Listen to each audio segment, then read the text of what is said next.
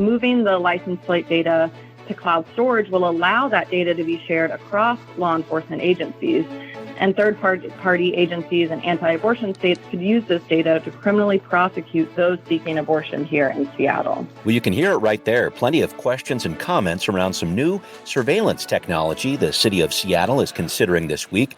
Could this tech be accessed by states that restrict abortions to target women seeking those services in the state of Washington? A big question there. Also, Seattle cannot implement its vacant building demolition law fast enough. A rash of fires citywide, raising some concerns.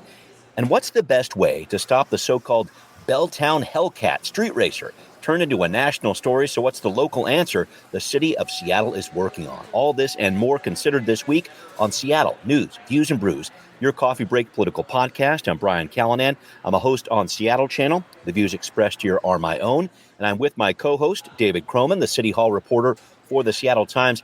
And David, I have a baseball adjacent question for you, if I could. So I'm talking about Joey Chestnut, 16-time winner of the Nathan's 4th of July hot dog eating contest, has been banned from this year's competition because he's endorsed vegan hot dogs from Impossible Foods. David, big question is this. Did Major League Eating, which is the governing body of stomach-centric sport, as it's been called, did they make the right call in keeping Joey Chestnut out of this tournament? What do you think? Oh, geez, yeah. I can't say I'm steeped in the world of professional eating, but I guess if you have hot dog sponsors and your most famous person is collecting money from their competitors, I suppose that was predictable. Yeah, I know. Just doesn't seem right, though, without having a 16-time champion there. We'll have to see how this one goes. Well, maybe someone else will give someone else a chance to win. Doesn't Indeed. Win every year. Yeah, CC Sabathia isn't doing that much, and that guy looks pretty big. I think he has about 20 hot dogs a game in his retirement. Anyway, just a thought there. David, thank you so much for joining me, as always. Thanks to City Grind Espresso, our background noise sponsor for the audio podcast. They're on the first floor of City Hall. Special thanks also to the patrons who keep this show going, like Cheryl. Thank you for your support, Cheryl, since earlier this year. You're really rocking it. We appreciate it. So if you become a patron, what do you get, folks? Well, access to our patrons' first content before anybody else.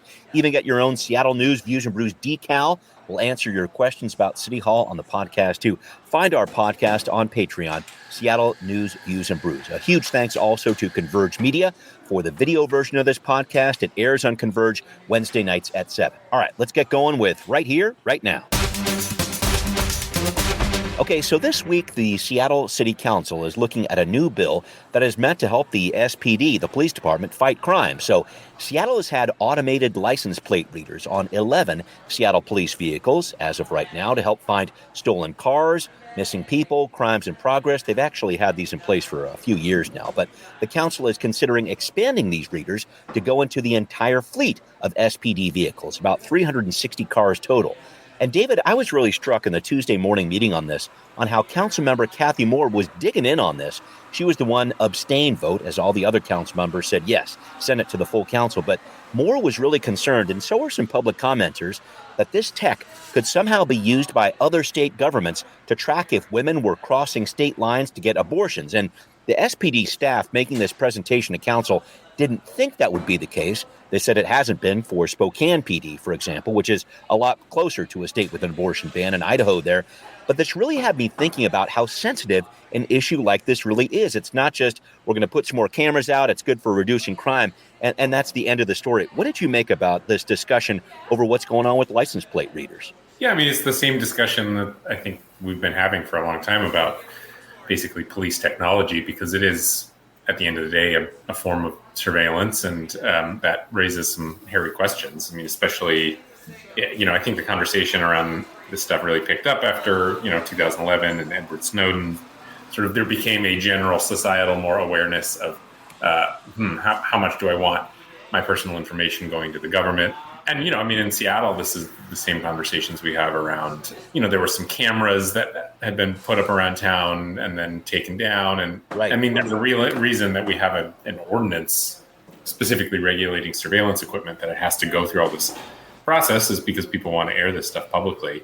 It's easy to talk in hypotheticals about this stuff, and it's hard to rule out every bad case scenario that could come up as a result.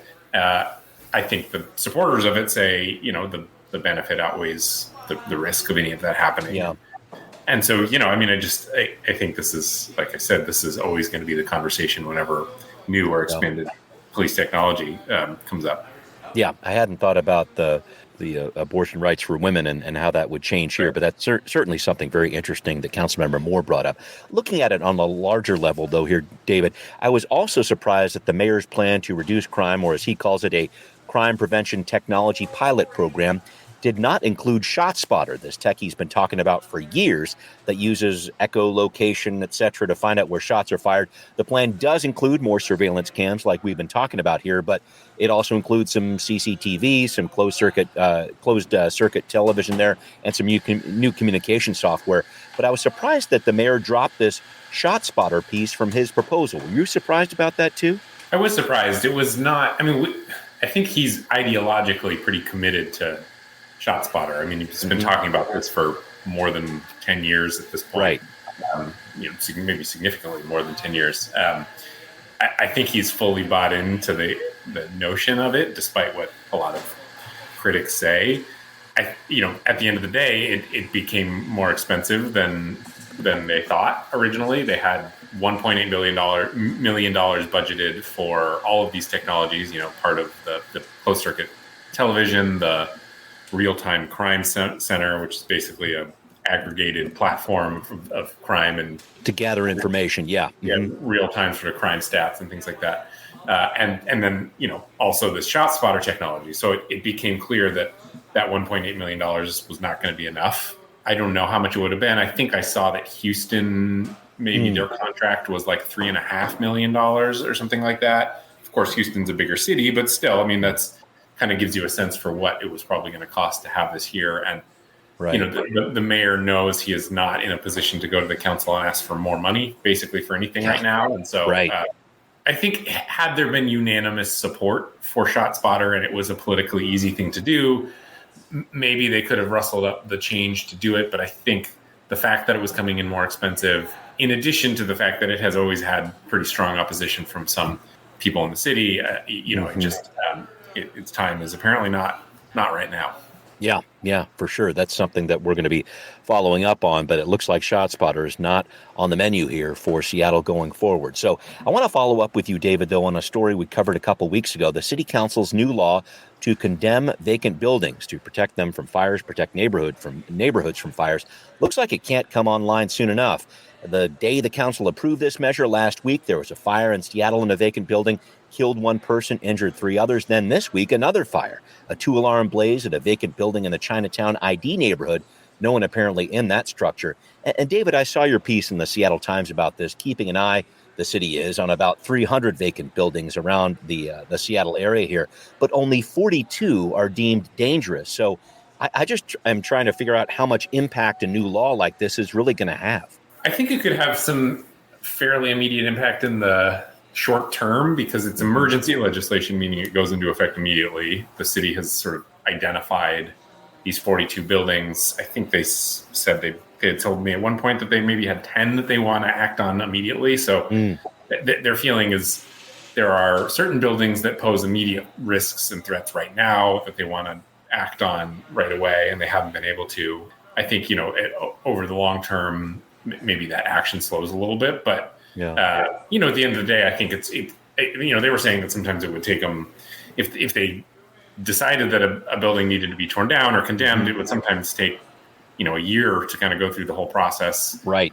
through OPCD to make all that happen. This theoretically speeds up that timeline. So, when I was talking to Deputy Mayor Tim Burgess about this, when they first introduced it, the hope was sort of like the, public nuisance rules that the Seattle Police Department has. Their hope was that they wouldn't actually have to, use the full force of the law that much. That it would be sort of a leverage point to, get property owners and landlords to actually act on their unsafe buildings. But perhaps just the threat of immediate condemnation and tearing down would be enough to get the people who own these properties to act.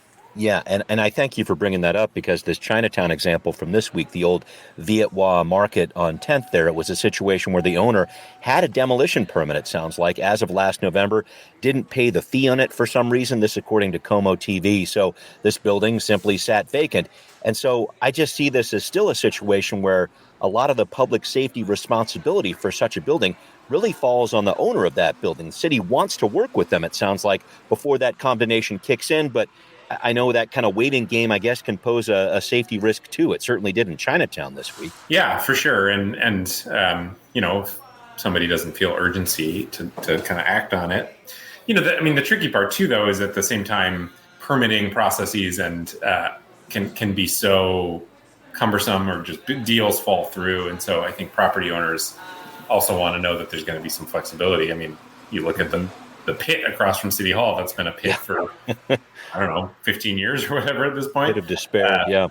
So, it's sort of a balancing act between buildings that are truly dangerous versus buildings that are simply kind of caught in limbo.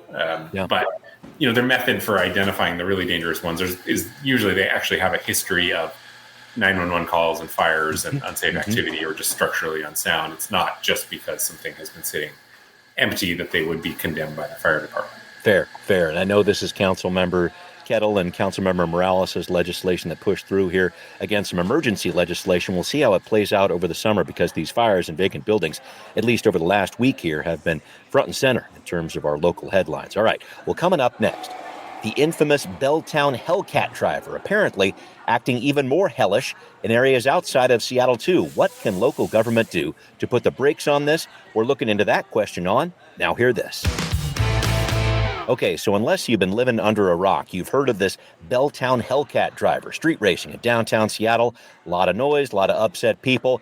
Now we're getting reports from outlets like Fox 13 that this car, a souped-up Dodge Charger, is also hot routing around places like South Center Mall. The driver, 20-year-old Miles Hudson, has posted about it on Instagram, infamously here, saying he's not behind the wheel. But the fact of the matter is he's facing 2 reckless driving charges, up to $80,000 in fines from the city of Seattle. So what can the city do about this? Councilmember Bob Kettle explained it to me last week on Council Edition on the Seattle Channel. There may be more action from the city ahead. Our office has been working with the West Precinct and, importantly, with the city attorney's office. We've changed this from being some infractions to reckless driving. We've gotten into the courts with the fines from SDCI. This is a good news story of one Seattle government working together. And on top of that, the committee, the Public Safety Committee, is working the Seattle street racing problem. And soon we'll be announcing something that we're working with the city attorney's office and, of course, working with the executive. So apparently, Councilmember Kettle says expect something from the Public Safety Committee soon. But my question is, what else can the city do, David, on this? Because this driver is supposed to have a court date next week, and I'd be amazed if he actually showed up. He's really been laughing at any legal restrictions so far. Is there anything the city could do to actually get this car off the road? What do you think about this? Yeah, I don't know all the legal mechanisms here. I think eventually, if he doesn't show up, he'll attract a warrant for his arrest. Yeah. And, he's pretty easy to find, as we've just established. Seems like, yeah. It seems hard to imagine, if he keeps doing this, a scenario in which he does not end up being arrested. I don't know what the rules are around impounding his car. Mm-hmm. I think he's not allowed to technically be driving it, but like you said, he's kind of exploiting these loopholes by having somebody else drive it. Yeah, whatever, right. But yeah, I don't know how it works because obviously, you can take away someone's firearms or something. I don't know how it works to take away someone's car.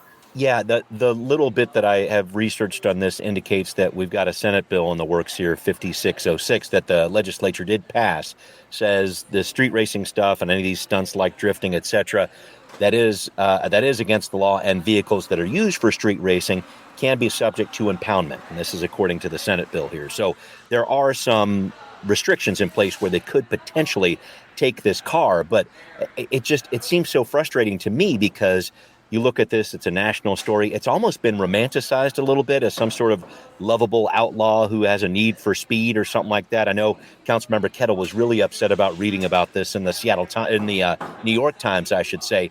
And the quote that I thought was, I don't know how to put it, damning or just the nature of this whole story here. Apparently, this driver told an officer here, hey, no disrespect, but I feel like I'm doing my thing. I've turned it into a career, and the car has paid for itself. A $100,000 car. It's paid for itself. 650,000 followers on Instagram. As New York Times writer Mike Baker put it, what happens when fame and infamy can be equally lucrative? I just thought that was such an interesting question, David. Your thoughts about this? This is someone who clearly has no respect for the law, and he finds he gets, well, yeah, I'll just have my Instagram followers end up paying for it because I'm so famous. It was just a really frustrating thing to read. Right. And, I mean, I'm happy that we're covering it, and I'm happy the New York Times is covering it. I mean, it's an interesting story. Those stories are going to get him more fans and more followers for sure. Yeah. And I think at this point, the publicity is probably worth it for him. That might be a question for Instagram. What do you do when somebody is making money off of criminality, which is what this has become? Not to say it's, the most heinous crime ever, but it is turning into a legal fight and eventually a court fight. And he's using Instagram as a way of profiting off of that. That sounds like a question for the social media companies for sure. Yeah, no, this is something that I know has been wrestled with over the past several years with these different social media accounts. And I know it's something that the Secretary of State of Washington has talked to me about this before when it comes to different information that's put out that's illegal about elections, et cetera. So, yeah, this is very fraught, but it is one of those new borders that we're crossing with the world of social media here. And I'm very interested to see what happens from the city's perspective on this. We'll see what Councilmember Kettle has cooking in the Public Safety Committee over the next couple of weeks. So stay tuned for that, and be on the lookout for that Belltown Hellcat, because I know there's a lot of people that are concerned about it. I wanted to touch on another issue here with you, David, that's moving through the Housing and Human Services Committee this week, where the council is going to hear about how the Seattle market is shifting from small to large landlords and what that means for the city. There's a look in this presentation at RIO, R-R-I-O, the Rental Registration and Inspection Ordinance put in place in 2012, which essentially all rental properties in the city have to go through. So the council has asked the city auditor to find out why there are fewer rental properties registered under RIO and why owners might be selling or no longer renting their properties. A couple of interesting notes here. About 6,800 RIO registered rental properties were sold from 2016 to 2022, and most of them, about 88%, were these smaller properties with 1 to 5 units. Also, 768 demolition permits were issued for RIO registered properties, and most of these, 92%, were for properties with 20 or fewer units. 67%, here's the other stat I want to throw at you, 67% of smaller landlords surveyed said they were no longer in the market to rent because the city's process is too onerous. I guess, David, I wanted to talk about this bigger issue of the shift to larger landlords who might be taking up more of the oxygen, I guess, in the rental world here in Seattle here. What do you make of what's going on there with that phenomenon? Is there any way to gain back this smaller landlord market? Some thoughts about this? Yeah, I don't know. I mean, it's tough. I think the housing market being what it is, I think it probably benefits larger landlords who can get better financing and more money projects and can sort of do things at scale a little bit better. Obviously when interest rates were low and the housing market was what it was, I think probably also for smaller landlords, it was frankly more profitable to sell off than it would be to continue to rent, because you could get a pretty good chunk of change all at once rather than needing to wait 40 years of renting to make up for that. Yeah. I'll be interested to know if we see a slight swing back the other direction now that it doesn't really make as much sense to sell, perhaps. I mean, in this market, it probably always makes sense to sell, but because interest rates being what they are, I think maybe more people would hang on to properties and rent them rather than be jumping to sell them. And then, I think the relevant question for this city council, and I don't know the answer, is, this is a city council that is perfectly willing to go back and undo what previous city councils have done. And I think a lot of the sort of rental laws, renter rights laws and things like that could be on the table to have that revisiting. I wonder if this the debate around the delivery driver app might give them a little more pause, because that's proving to be perhaps a little more difficult than they had initially anticipated it would be. Right. There are, this is a it was the city council that won fairly broadly in one direction. Mm-hmm. At the same time, they were all pretty close races. Yeah. This is a city that has a lot of people that support what the previous city council had done. And so sure. I think that this kind of data is going to be an impetus for them to look at past laws. And also, I think this gig work process has probably made them aware that they do not have unanimous support from all of Seattle voters to revisit everything that previous city councils have done. Yeah, I really, in talking with Council President Nelson about this, she really has a focus on that, looking over the past few years of what the previous city council has done and working on ways to reverse that. But I hear you on this rental, the RIO that we're talking about here, the rental registration and inspection ordinance. And the other interesting part of this, too, as looking through this 38-page report, this whole idea of short-term rentals being part of this, like Airbnbs and how they figure into the mix here. It doesn't sound like there's a good system to connect them with Rio or connect them with other parts of the city to figure out if they're complying with the laws properly. I just think that this is a real mess in a lot of different ways. I'm interested to see how smaller landlords could get back in the market, but I think part of it is incumbent on the city of Seattle to fix some of the structures that it has so that these potential landlords can even get in the business. I think that's a piece of it too. Yeah, no, I agree with that.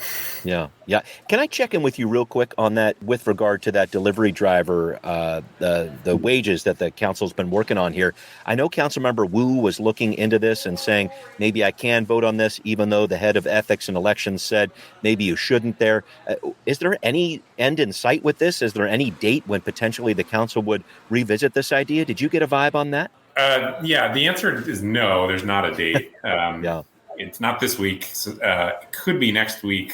I guess I would vote against. I would bet against it being next week. Frankly, yeah. I know that Councilmember Hollingsworth is having at least one meeting this week with. They like to use stakeholder as a verb, that they're stakeholdering with people this week. I don't know what the purpose of that is. Whether it's for her to solicit feedback and perhaps offer amendments, in which case you would think it would at least be another week. So I think a lot of people right now on both sides of this issue are wondering what's going on. In fact, I'm writing about that a little bit today. As far as Councilmember Wu goes, she hasn't made up her mind either. She told me about whether or not she's going to recuse. Yeah, that's what she told me on Council Edition last week. It looked like she really hadn't made her mind up. I would say she got advice mostly in one direction from both the director of the Ethics Commission and the commissioners, but not 100%. There were a couple commissioners that thought she should be able to vote. And I think maybe if it had been entirely unanimous in one direction, even though they didn't issue a formal ruling, she might have agreed to recuse. But because there was a little bit of dissent, I think she's still kind of weighing what she wants to do. That'll be interesting to follow up on. Well, thank you, David. I'll look forward to seeing what you write about in the Times on that. And we'll look forward to seeing what the council does over the next couple of weeks. All right, well, coming up, helping those addicted to alcohol and drugs with a pilot program using gift cards. David's done some work on this story. We're going to uncover this on What's Next. Quick note, folks, we are always looking to answer questions about city politics and City Hall. Please hit us up at seattlenewsviewsandbrews@gmail.com. We will work on answering your questions. Really hoping to hear from some patrons on this one so we can get some answers coming your way. But David, I did want to talk to you about this. You wrote this story about this new approach the city of Seattle is taking, a pilot program when it comes to treating addiction, and that's by handing out gift cards. What is this contingency management program all about? What can you tell us? Yeah, it's interesting. I mean, the basic concept has been around for a while, since the 1960s, which is basically let's, instead of using punishment to try and get people to reduce their substance use, let's try positive reinforcement. Carrot, not a stick. Okay. Yeah, exactly.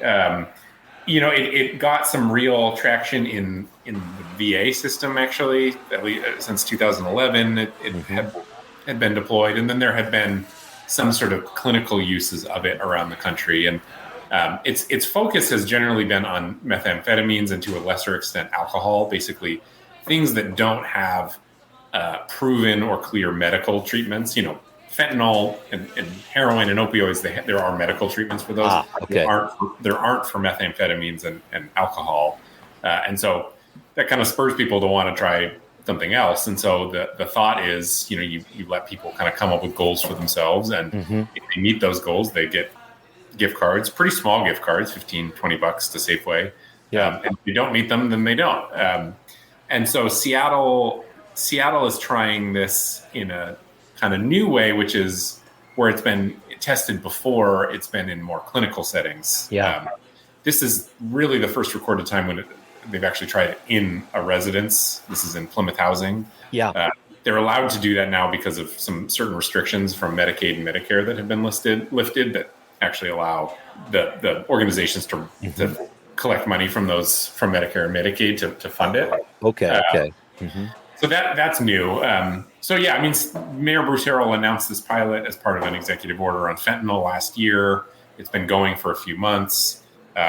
And yeah, I mean, it's shown some promise. We're not going to have sort of quantifiable results on this for a while, but it's an interesting idea that I don't know that it has necessarily potential to solve our addiction crisis or anything like that, because the people who participate in the program have to be in a place where they're personally ready and committed to making a change and just feel like they need that help to do it. Yeah. It's not something you can force people into doing.